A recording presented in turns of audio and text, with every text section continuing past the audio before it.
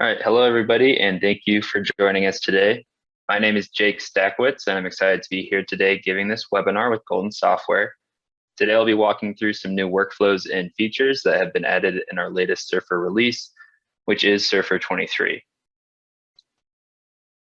The topics that I'm going to cover today are our new 3D surface customization options, our new color and scale customization options, digitizing in the 3D view, exporting grids as a GeoTIFF with Z values included. And along the way, I'll show off some various other small improvements that we've made this release. There'll be a few stopping points during the webinar where I take a couple minutes to answer any questions. You can send your questions to the webinar host via the Q&A located on the Zoom toolbar at any time. Type in your question, it'll be sent to the webinar host, who will either answer it or forward it to me. And please use the Q&A function rather than the chat. This will allow the host to ensure we see all questions in a timely manner. And feel free to send in all your questions. If we don't have time to answer them during the webinar, we will answer them via email once the webinar is complete. And finally, this webinar is being recorded, and later this week, we will post the recording along with the data used in this webinar. And we'll send each of you a link once that's posted so you can test these examples out for yourself. So let's get started.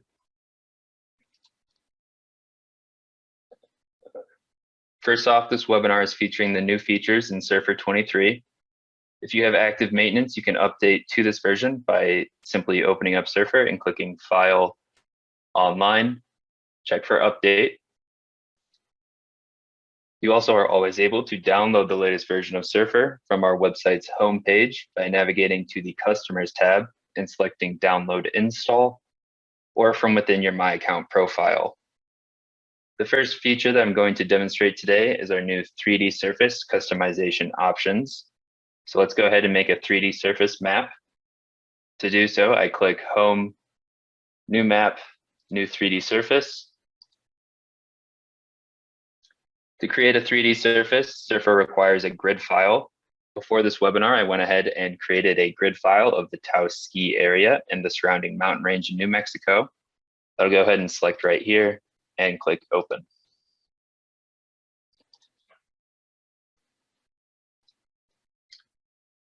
A new improvement added this release is the ability to quickly view the grid information for a grid-based map from the property manager.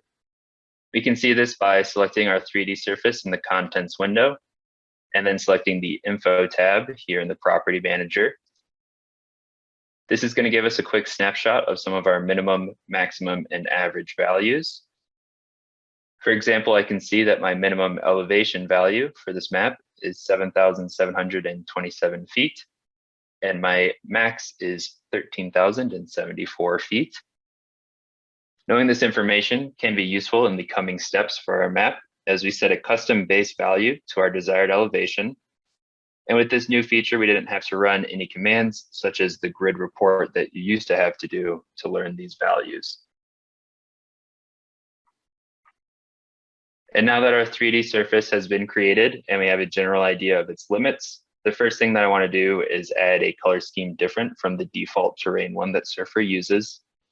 To do so, I would select my 3D surface in the Contents window, and then from the Property Manager, choose the General tab. And I would change our material color here, the upper one, to whatever I prefer. Today, I'm going to go with this green-red option.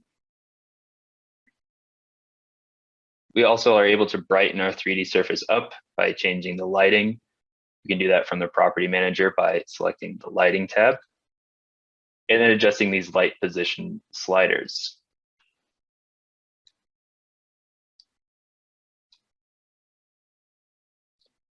Alternatively, if you don't want any lighting at all, you can change that here in the Model section. Using this drop-down menu, you can select None.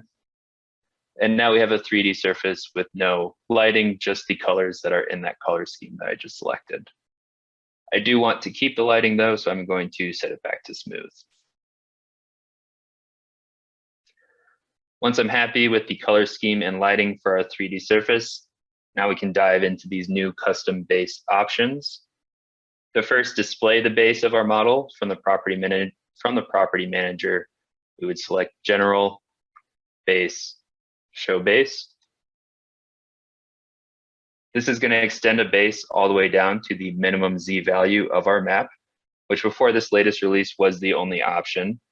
But now clicking Show Base adds the base method's options underneath, and this contains map minimum, grid minimum, and custom. If I change it to custom, I'll get this new custom base value option, and I can type any elevation or Z value if you're not working with elevation into the custom base value. Currently, this is our minimum Z value that you might remember from the grid info tab, but I could shorten the base by adding a higher Z value, such as 10,000 feet. And to give a clear picture of this, I'm going to go ahead and turn off our X and Y axes. And then I'll select the map in the contents window, and I can rotate our map around from the View tab using this rotation slider.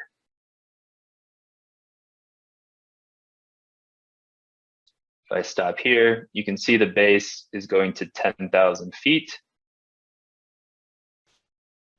And it looks like that all the way around.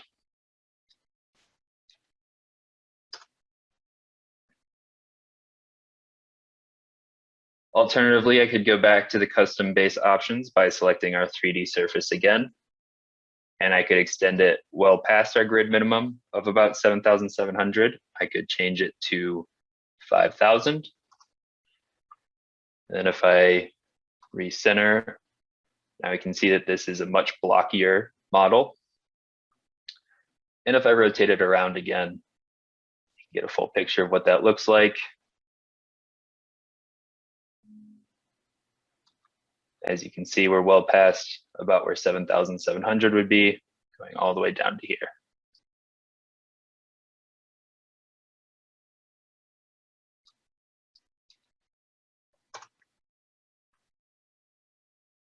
One way you could utilize this new feature would be if you had information on the water table level for your area of interest.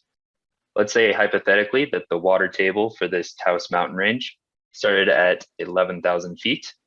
I could return to my 3D surface, return to our custom base options, and set the custom base value to 11,000. Then I could expand our fill properties that are beneath the custom base value. I could change the color to the universal color of water, which would be blue. And then if I was presenting this map to our clients, I could let them know that that blue base underneath represents where the water table starts for our geographic area of interest.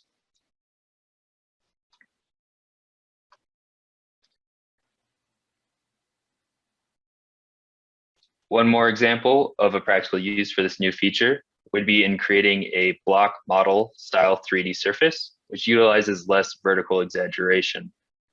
To make this block style model, first I'm going to add some post data points that are going to represent the start and end points of ski lifts at the Taos ski area. To add those points, I will click Home, Add to Map,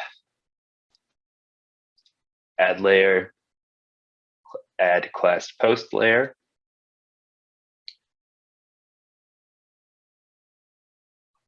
Since I already used Google Earth to collect these data points before the presentation and created a DAT file of the start and end locations for our lifts, I'll go ahead and select that lift locations.dat, click Open.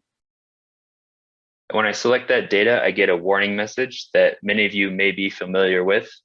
This lets us know that the new layer limits of that post layer are going to exceed the current map limits of our 3D surface. One of the new features with this release is actually being able to turn these warnings off by checking this box right here that says, in the future, do not show me this dialog. And if I do check this and then click OK, that means that I'm not going to receive this warning ever again. Some people might be ecstatic about having this option, but do keep in mind that if you turn it on, you're not going to receive the warning. So if you add a new layer to your map and suddenly your proportions seem way out of whack, do keep this old warning in mind. I'll go ahead and click yes. And if you do turn those off and then you decide you actually want them, you can turn those warnings back on by going to File, Options, Warnings. And you have a couple different default behaviors you could set. You could have them to always adjust or to keep the limits. And you also have other warning messages that can be changed. But now that I've added my class post layer, I need to adjust my worksheet columns so that they properly display on this 3D surface. I'll select my class post layer in the contents window. And then in the general tab on the property manager, I'll update my X coordinates to be longitude, my Y coordinates to be latitude. And I'm going to rotate our map so we can see where those class post symbols were added. And here they are. The blue diamonds represent the start. The red pluses represent the end. However, with the vertical exaggeration in its current state, it's first off hard to even locate the symbols, and then let alone even imagine them representing a ski lift as it's on such a vertical face of the mountain. So to fix this, we can adjust the vertical exaggeration of our 3D surface. We can select our map here in the contents window. Then from the property manager, select scale. Then underneath our Z scale options, we would change these length page units. I'm going to change it to a lower value, such as 1/2 inch. And now those lift points are much more visible. Even if I rotate the map around again, you can see we can see them from other spots on the map other than perfect 180 degrees.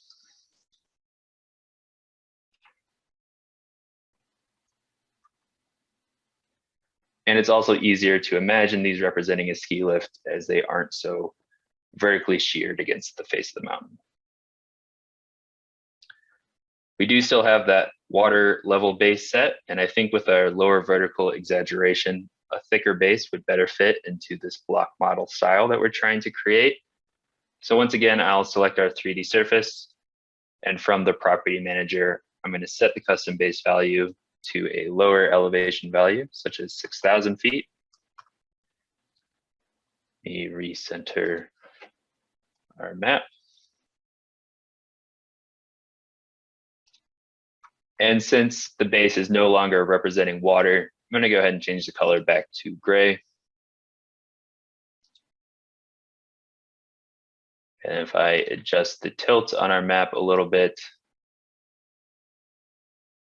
we now have this blocky 3D surface model that sort of looks like the type of model you might see at a ski resort as a trail map.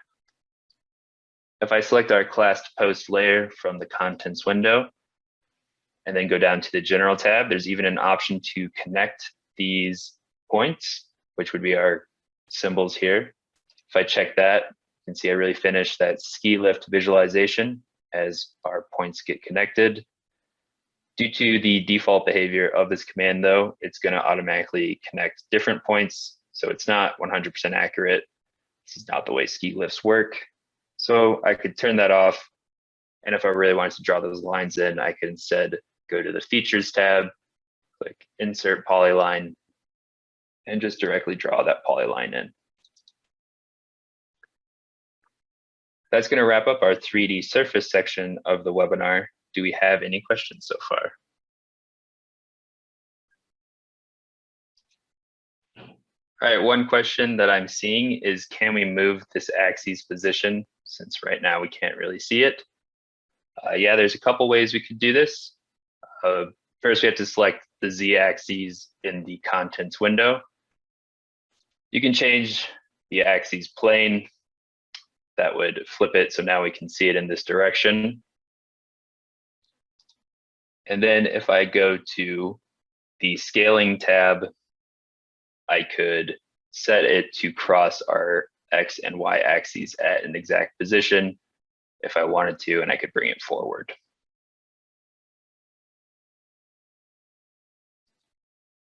Another question I'm seeing here is, can a different 3D surface be stacked if a base is being shown? The answer to that is yes. You could just add a different 3D surface if you had one that was below this. You could do grid math to even create one, and you could extend the base all the way through that 3D surface below it if you wanted to.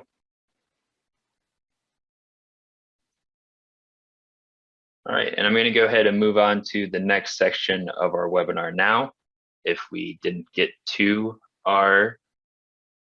any of your questions, we will get back to you via email or maybe get to them at the end. For this next section, we're going to cover the new custom frame options that we can add to our color and map scales. A really great use for these frames is adding them directly on top of darker aerial imagery, such as this example we have right here. You can see these sides are much darker. And we can now use the frames that can be added to these scales to pop against that background. For this section of the webinar, I am working with the aerial imagery of that 3D surface that we were just working on. You can even make out the ski area right here. And I pulled this imagery from Google Earth and already georeferenced the image. If you can see, we have the real world coordinates here on our X and Y. If you have questions on how to georeference an aerial image, we do have previous webinars as well as how-to articles on our website. Now, since we want to add a color scale to this map, we do need to add some color element. And for that color element, I'm going to re-add the grid that we just used for our 3D surface as a contour map. To do so, I would click Home, Add to Map, Add Contour Layer. And I would select that taos.grd file again, click Open. And do notice that even though these contours do extend past the limits of the aerial imagery, we did not receive that warning message since we just turned it off. And once this contour layer has been added though, I know that I'm not going to want the full extent of this. I don't want it to extend past the aerial imagery, and I really just kind of want to highlight these peaks here. So I'm going to go ahead and assign no data to this contour layer. To do that, I need to first add an empty base layer that I can draw a polygon boundary for my no data. To do that, I'm going to click Home, Add to Map, Add Empty Base Layer, which is going to create this empty base vector layer here in the contents window. To then draw our polygon boundary, I want to make sure I have the base vector layer selected. Then I'll go to Features, Insert, and I could use any of these shapes that I wanted. Today, I'm going to go with the rounded rectangle. I'll go ahead and draw that in. And if you draw your shape and you realize you didn't capture all the data you wanted to, it's very easy to fix this. Just click Home, select, click on your rectangle, and reshape it using these handles.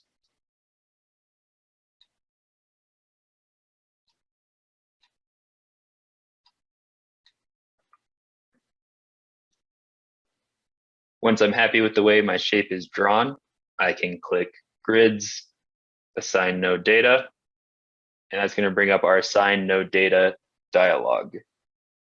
I can then choose our contours taos as our input grid, and I can select our base vector layer that is holding that rounded rectangle to be our no data polygon boundary. Then, since I do not want any of the data outside of that polygon boundary, I'm going to select no data outside. And to differentiate this from our contours layer that already exists, I'm going to call this no data taos. Then currently my options are set to add this grid as a layer to our existing map, and that will be a contour layer, and that's what I want. So I'm going to click OK. If I then turn off our original contour layer as well as our base vector, you can now see we have this nice subset of our contours that sits right on those peaks. Now, since this section is focusing on our new scale frames, let's add some color to these contours. I can select my contour layer in the contents window, then go to levels in the property manager. If I add a color scale now, you can see that it doesn't really mean much. It's just black and white lines, so this is pretty meaningless. But if I fill the contours, our color scale will automatically update to the gradient that we have selected. And I'm going to change this from grayscale to something more exciting, such as that green and red color scheme again. If I wanted to still see the aerial imagery beneath this contour layer, a very quick way to achieve this would be by selecting the Layer tab in the Properties Manager, and then just bringing this opacity slider down to bring the opacity of the entire layer down all at once. Now I want to bring this color scale directly onto the map. I want to add it to this area here. It's very easy to first resize it so it fits. You can click directly on the color scale or select it in the contents window. Then just drag these handles so that it fits into your map. I'm going to recenter. And right away we can see that our color scale intervals, the labels get lost against this darker background. And that's where our new frames are going to come into play. To add a frame, we have the color scale selected in the contents window. We go to the General tab in the Properties Manager. We have these new frame options here. From the drop-down menu, I can choose either a square or a rounded frame. I'll go with square. You can adjust the margin, which would increase or decrease the size of the frame. And you can expand the line and fill properties. You can make the lines on the frame thicker.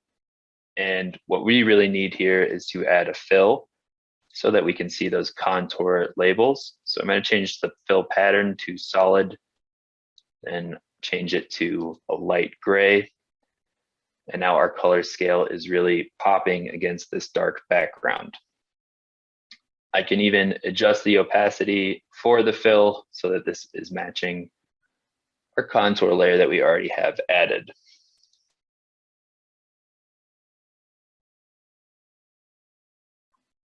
And now that my color scale is standing directly on the aerial imagery like I wanted, I can do the same thing with a map scale.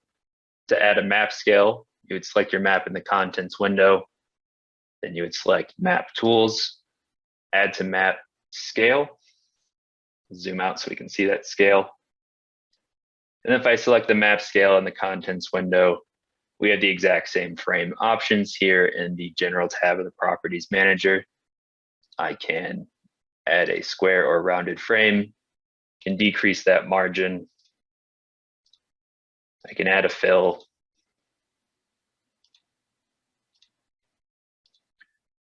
And I could drag it onto the map if we wanted. I am going to delete this though, since it's a scale, I can't resize it so it nicely fits and it's really dominating the map here. So I am going to delete it, but I just wanted you guys to see that the same frame options are available for our map scales.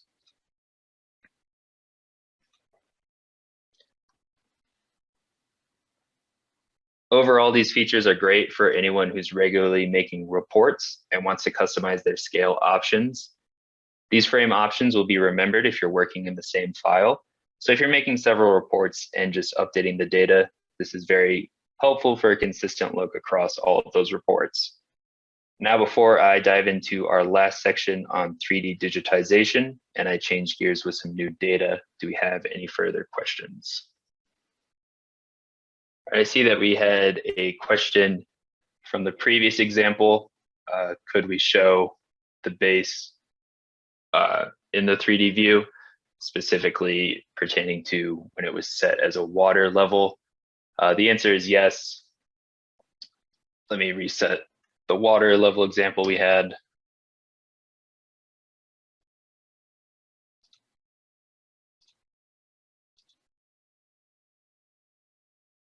And if I click map, view, 3D view, you would click Environment, go to the General tab, select Water. You could then adjust the water level to 11,000. And now that is much more clear.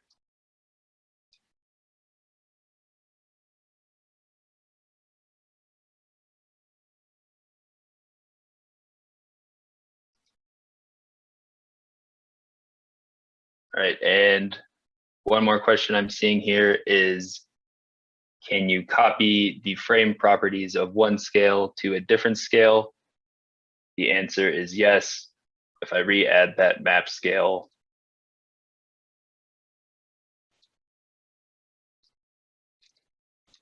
and then I change this to be different, such as by changing the foreground color to blue.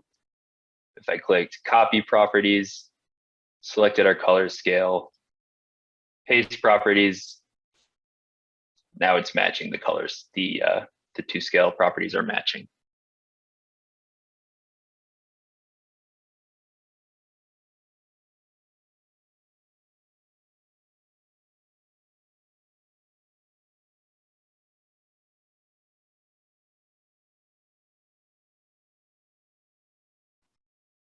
All right, now I'm going to move on to the last new feature that we will be demonstrating today. This is going to be our new 3D digitization feature. Before this release, you could digitize your XY coordinates in 2D maps. Many of you would use this feature to create blinking data. You can now perform the same type of digitization of data in the 3D view. 3D digitization will collect your X, Y, and Z coordinates, and you can use this new feature in a variety of functions, such as to obtain the X, Y, Z coordinates of specific spot locations on a surface or points along a subsurface drill hole path. I'm going to show two examples now using this drill hole map that I have open. If you don't have the drill hole map type, it was added as a feature in a recent Surfer release. You can gain access to this map type by updating if you haven't yet, or renewing your maintenance and then updating. But let's start by getting into Surfer's 3D view. Right now, we'd call this Surfer's 2D plot view. To get into 3D view, you'd select your map, go down to the View tab, and select 3D view.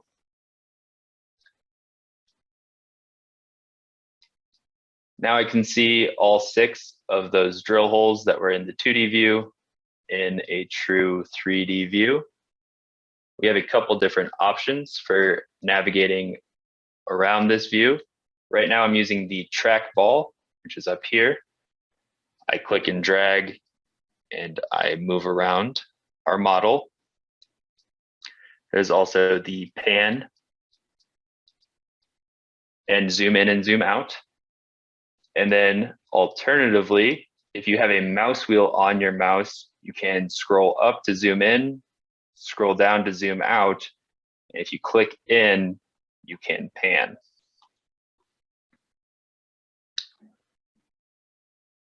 And for our first 3D digitization workflow, I'm going to go ahead and grab the coordinates of the top of all 6 of these drill holes.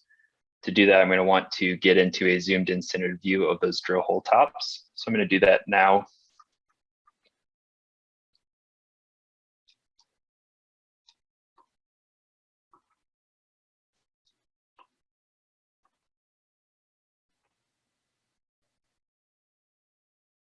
And I'm happy with that view there. If you find these labels distracting, it's very easy to turn them off. You would select the drill hole in the contents window.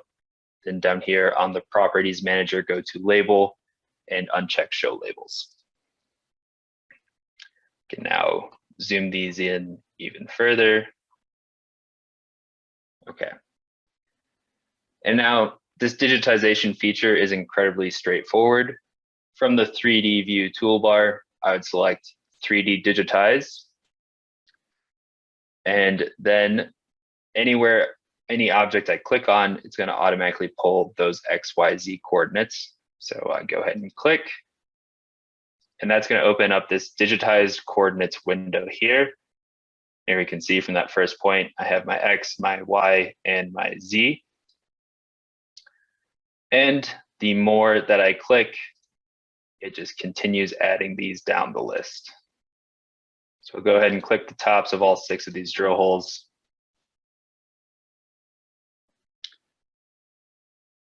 And once I have all 6 point locations, I can save that information that I just pulled by clicking File, Save As. Currently, we have the options to save this as a DAT data file or a BLN blanking file. For my purposes, I know that I'm going to want to grid those 6 point coordinates I just pulled, so I'm going to save it as a DAT file, since that can be used as an input data file for gridding. And I'm going to go ahead and name this drill hole tops. Click Save. And now, since I have that information saved, I can X out of the digitized coordinates window, as well as the 3D view. And now back in our 2D plot view, I can grid that data that we just pulled. To do so, I would select Grids, Grid Data. Then I would click Browse to select our drill hole tops.dat we just created. If I wanted to be extra sure that that 3D digitization data collected and saved how I thought it did, I could select View Data here. And here I can see I have my X, my Y, my Z, and it matches up my A, B, C.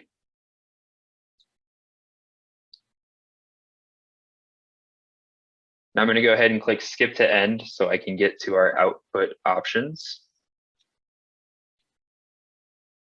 One other new feature this release is the ability to save any grid as a GeoTIFF file, which will display the real Z coordinates of our grid instead of the color pixel values.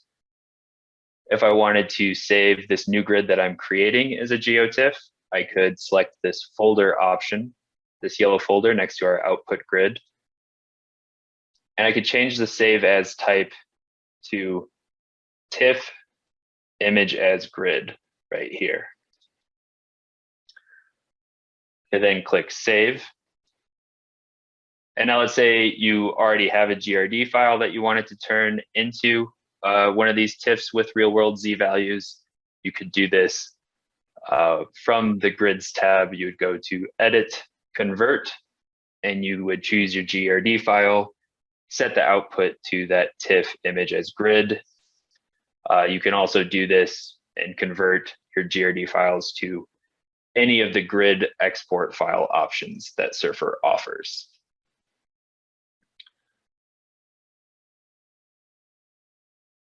And now I do want to add this drill hole tops grid as a contour layer to our already existing map.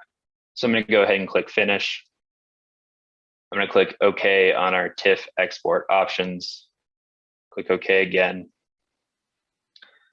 And now if I drag this contour layer underneath our drill holes, do notice that this color scale was added using those frame options that we already had set. It's because we're working within the same file.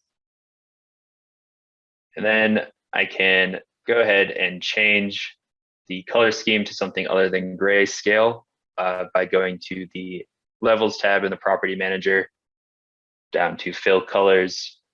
I'm going to choose our construction option, which uses 3 discrete colors, so that I can really make out the elevation differences between our drill hole tops.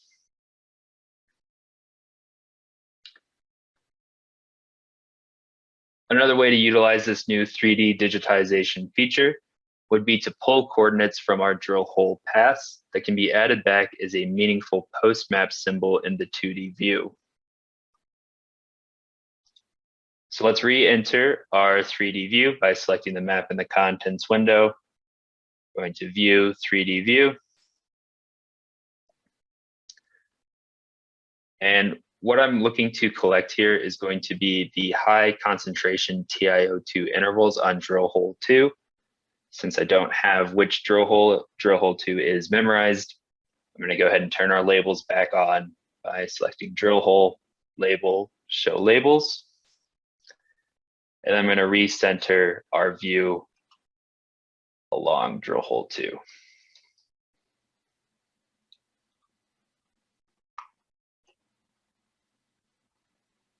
All right, and I am happy with that there. So now in order to make these high concentration intervals stand out, I'm going to select our drill hole in the contents window. I'm going to go down to the intervals tab in the property manager.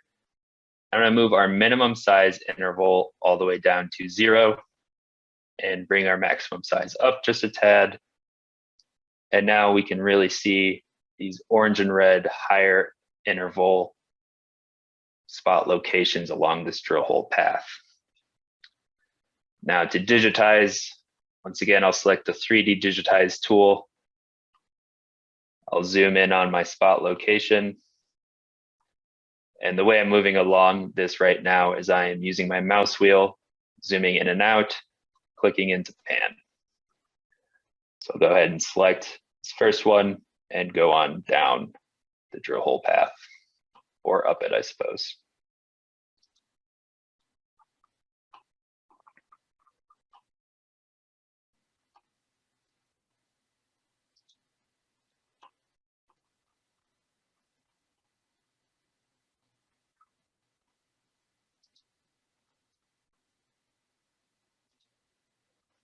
Now I have all 5 of those higher TiO2 intervals. I'm going to click File, Save As again.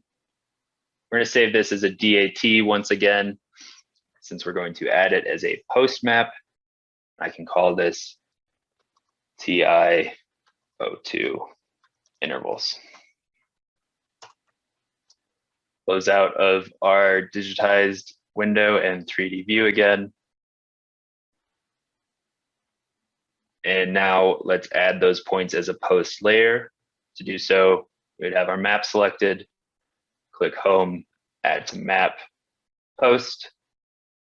Select our TiO2 intervals and click Open.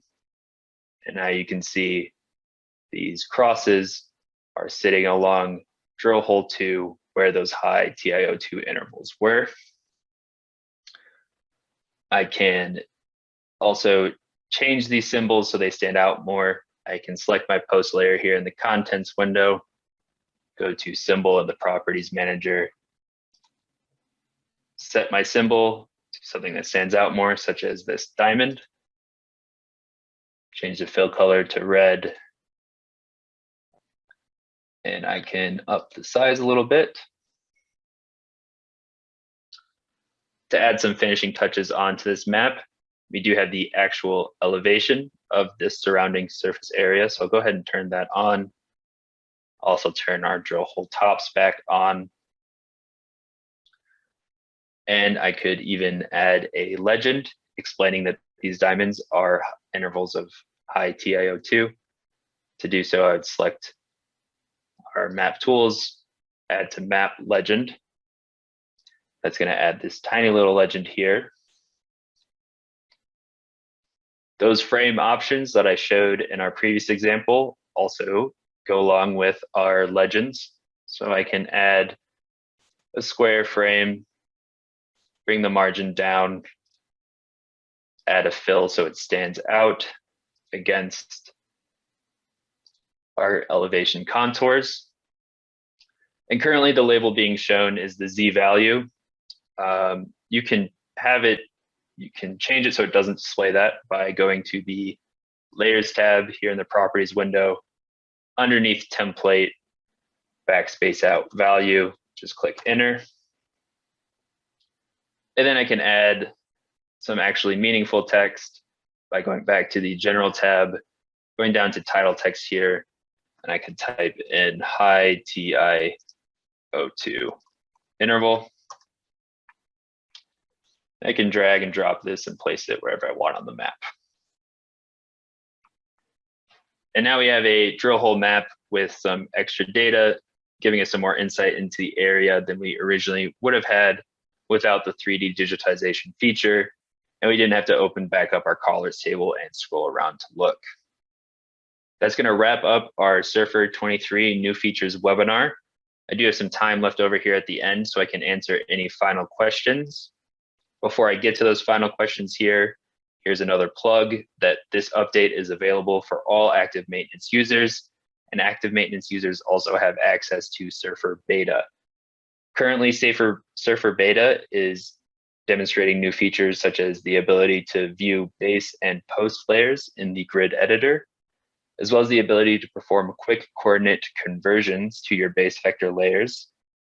So if you like what you saw today or are interested in beta, remember to update or contact us at sales@goldensoftware.com to learn how to renew your maintenance. Now let me get to some of these questions. All right, first question I see is, can you apply frame properties to text boxes? I've always wanted to add figure titles and other text onto maps. Currently, that has not, the frame options haven't been expanded to the text options in Surfer, but that is a great idea, and we will file that as a feature request for you. You would be able to, though, type your text, draw a square behind it, and add a fill to that square. Just make sure that your layers are set up properly. All right, can I show a 3D view of the drill hole maps? Yes, I can. Select our map view, 3D view. And now, since those surfaces are there, they'll look a little bit different. Let's zoom in for you guys. But here's what it would look like with those surfaces. Those post map symbols that we added, you can actually see them here in the vector data. You zoom in over here. If I up the size, there are these yellow dots here. All right, can you add a 3D layer from Surfer to a ground water model like ModFlow? Depending on the file type, you can do this. Surfer supports exporting to 3D DXF, shapefile, and polymesh from the 3D view. So you just need to confirm that that is the same supported file type. Okay, and I'm not seeing too many more questions. I'll stick around for a couple minutes here if something pops up, and I can answer those for you guys. But other than that, that's going to wrap up our webinar today. Thank you so much to everybody for attending, and we really hope that you enjoyed these new features that we've added into Surfer 23. Have a great rest of your day.